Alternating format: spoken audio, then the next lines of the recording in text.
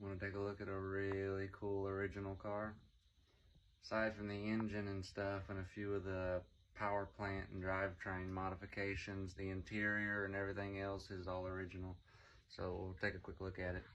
Starting up front with the car, I'll go through what it has when we open the hood here. So this is a 1970 fastback Mustang that originally came with a little 2-barrel 351 Cleveland, FMX 3-speed automatic transmission. I'm going to tell some of the history behind the car later. Right now we'll just give you a technical rundown on it. So the bug catcher is just feeding into a Edelbrock, I believe 700 CFM carburetor. It's been a little bit since I checked it. It might be a 650. From there we got a 3-row aluminum racing radiator. The engine itself has had quite a bit of modification. It's got a really big camshaft, high-rise dome pistons. So for anybody that don't know, there's dish, which are literally, like they said, a dish. The piston concaves down. There's flat tops, and then there's high-rise or dome. This one has domed pistons. It was originally intended to have roller rockers, but they have not been installed. It's gonna have, I believe, a forged crankshaft with forged high-rise pistons. And really, that's all I can think of right off that's had been done with this thing. I know it's been ported and polished. Gotta rack my mind.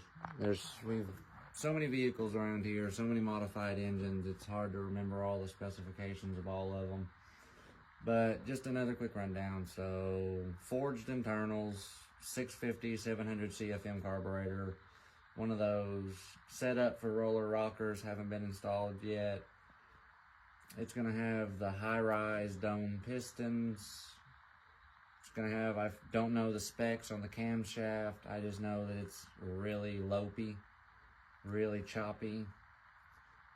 The radiator is a 3-row aluminum high-flow, high-performance radiator. And we'll tell some stories on the car in a little bit. And we'll take a look at the interior and the rear in a little bit. It's got a 9-inch forward rear end with a spool, so it's a posi track. It lights up both tires all the time, constantly, just like a welded differential. And let's take a look at the interior, since that's what a lot of people are probably going to really like about these all original cars. So another good shot of the engine before we walk away from it. Pull out the key. There we go. Walk over here.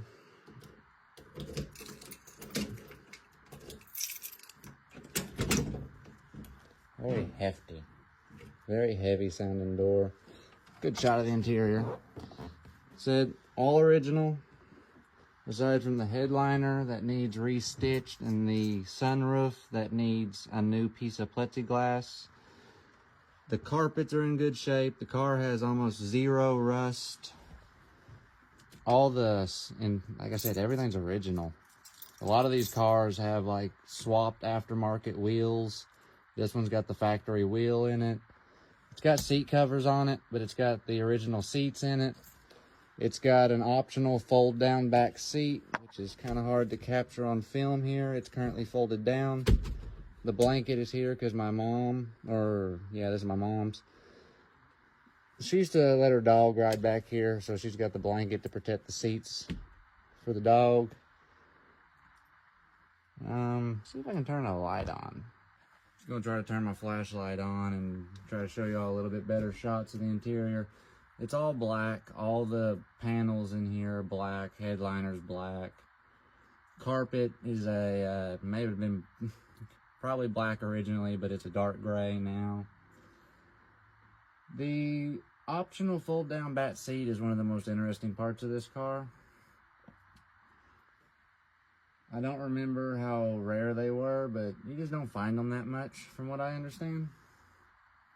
So just nice shot of inside the car. Give you an idea what it's like. Tell you what, let me close the hood right quick. Okay, got the hood closed. figure we close the hood and let you see what it looks like when you sit in this thing.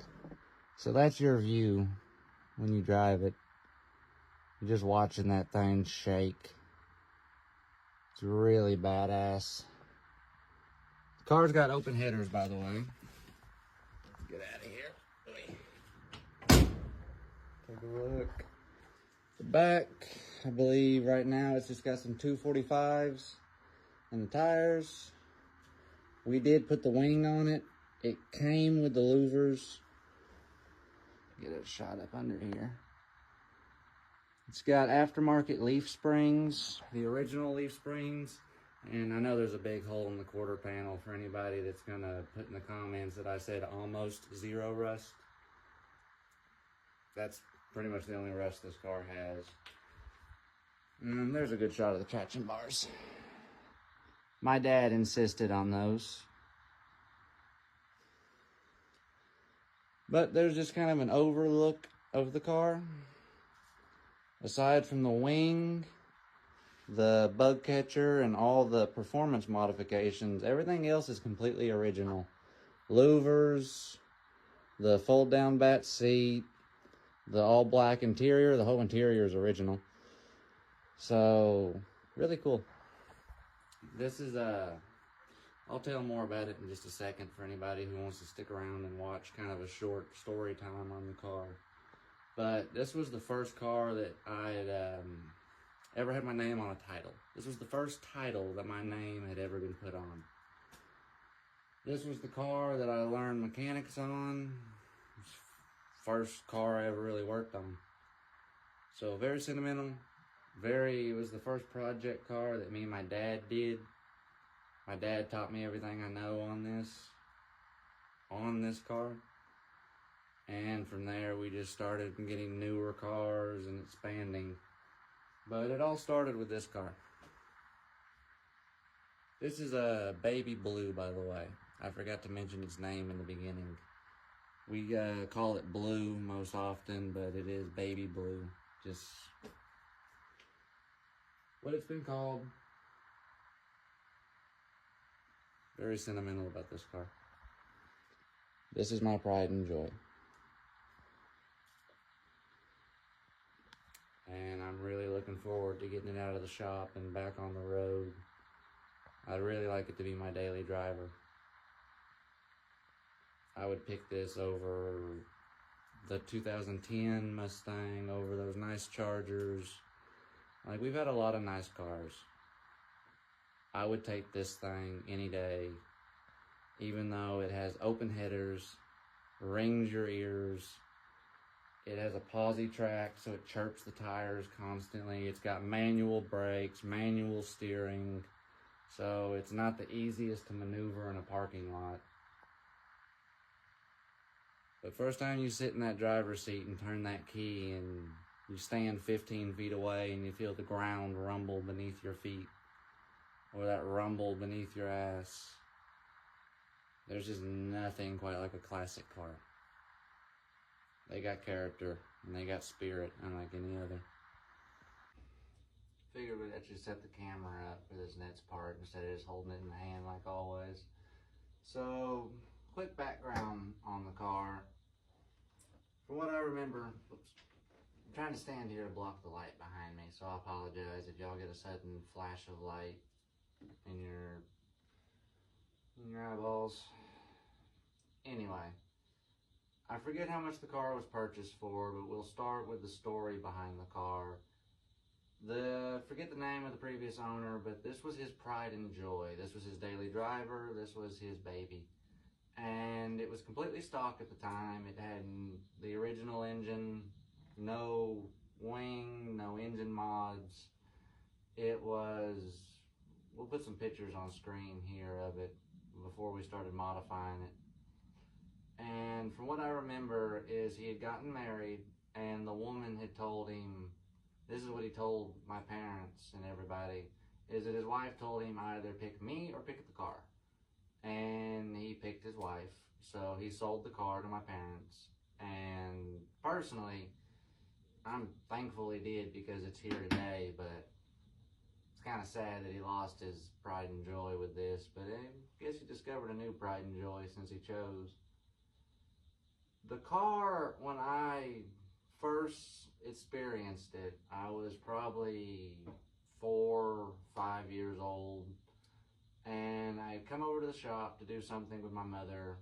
I think we were getting something out of storage, and I'd always seen these blankets and these tarps and just this random shit on top of this car, and I never knew what it was. I knew it was a Mustang because I'd heard them call it a Mustang, but I didn't know what a Mustang was at the time. I didn't know it was a Ford or none of that.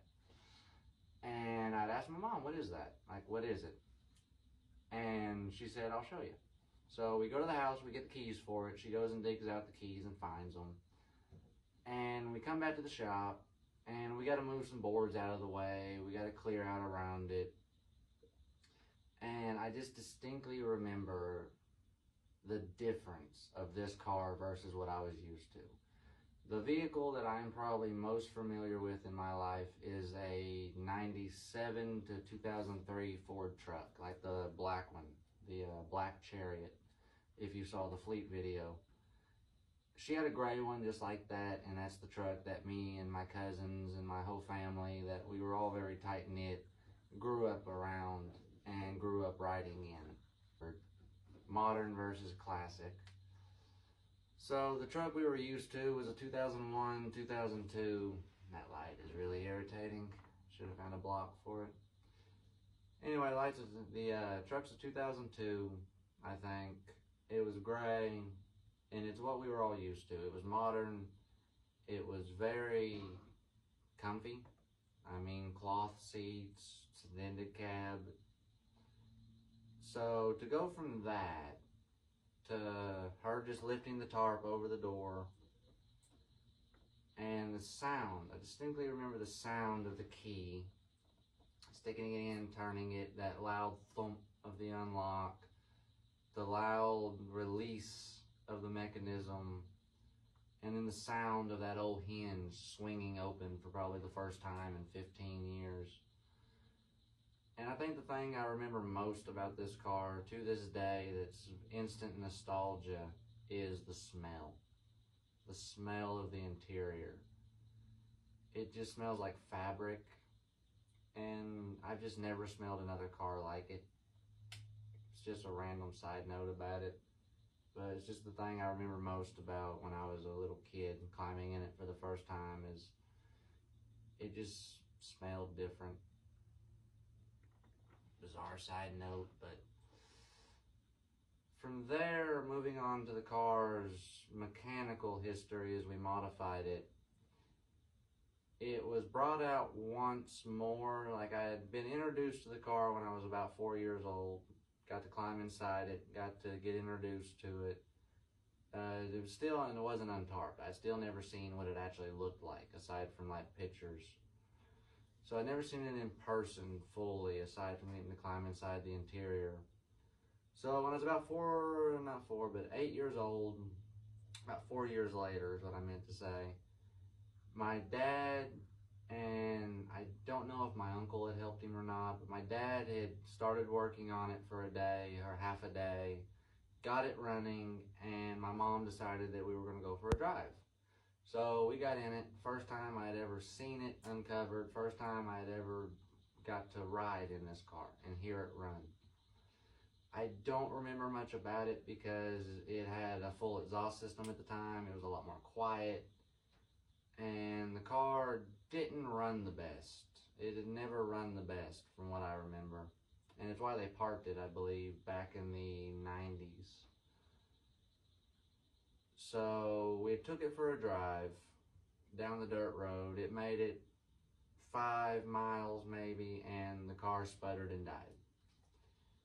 My mom tried to get it running, couldn't get it to start, called my dad, towed it back, put it back in the shop, and we didn't touch it till I was 15 years old. And I'd been working on their four-wheeler and just learning like what a carburetor was. Like, it is one of my greatest, I feel, sins as a car guy, is I didn't know what the hell a carburetor was till I was 15. Like, I'm kind of a late bloomer when it comes to cars. My family very much had moved on past the hot rodding and the modifications by the time me and my cousins were born.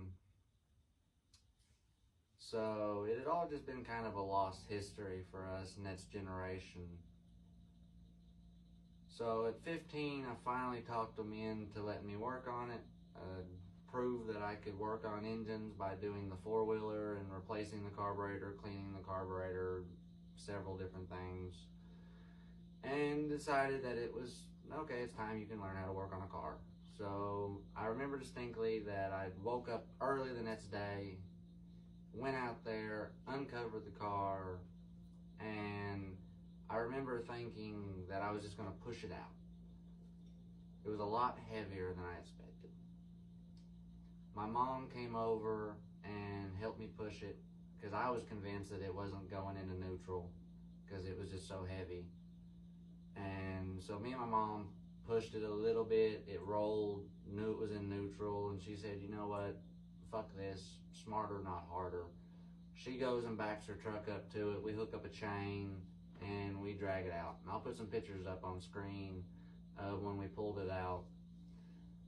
I proceeded to spend the next 6 to 7 hours deep cleaning the car, detailing it inside and out, washing it, hand scrubbing it. And it's still probably one of the proudest 6 to 7 hours I've spent because I knew nothing about cars. I just knew that this is something that I've always wanted to work on, and now's my chance. And I want to show them that I really appreciate this opportunity and I want to do it right. So we had completely cleaned the car, we had washed it up real good, and so become the time to learn. So when my dad got off work in the evenings, we would go out and we would start checking things. He would start explaining and teaching what the different parts are as we slowly took the carburetor off and cleaned stuff. And this car has had a very rough history. Just to give you a brief rundown of some of the exciting parts of it, it's had an engine swap. It's blown a hole in the cylinder of its first motor. It caught on fire one time. We just went to start it and the starter engaged. We turned the key off, pulled the key out, starter was still going, and it caught the cables on fire. If we hadn't grabbed the water hose, the fire extinguisher, and just been on top of it, it probably would have got a lot worse. So that's been exciting. Cars, that's something I forget to tell people, is the car's caught on fire. I had a fuel system completely replaced in it. One of the things that killed it when we were first getting it going is we didn't replace the gas tank, nor flush the gas tank. Something that has now become the very first step, like with the Mach 1 Mustang that we are doing. First thing we did is clean the inside of the car, remove the old gas tank, and get ready to put in a new gas tank, new fuel lines, along with the engine once all the body work's been done on the car. So after some trial and error, we've been through several carburetors with the car to where it's had a leaky one that just proceeded to pour fuel no matter how many new gaskets you put on it, how many times we rebuilt it. This one just continued to pour fuel. Looking back at it, something was probably sticking on it, but we ended up switching to the Edelbrock that it has now, and we've had 0 issues with the Edelbrock. Sadly, I have had issues with every Holley carburetor I have had on the car. The first one hang on, I'm gonna rephrase that. Because the engine never ran right, or at least the original engine. This one's good. But the original engine never ran right, so it's kind of unfair to diss on the Holley carburetors. But since the new engine, we've had the best success with the Edelbrock kind of street strip carburetor that we got going. So I'm trying to think of what else would be really entertaining about the car.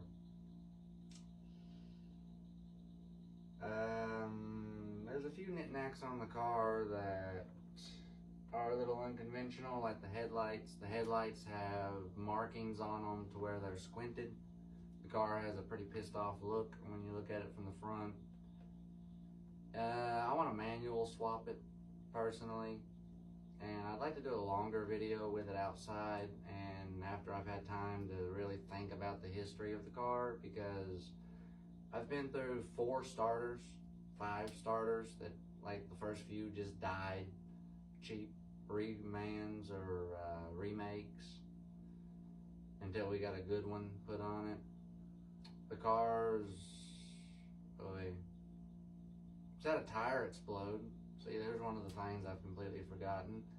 One time, it was late at night, we were in the house watching TV as a family and just hear a boom go off.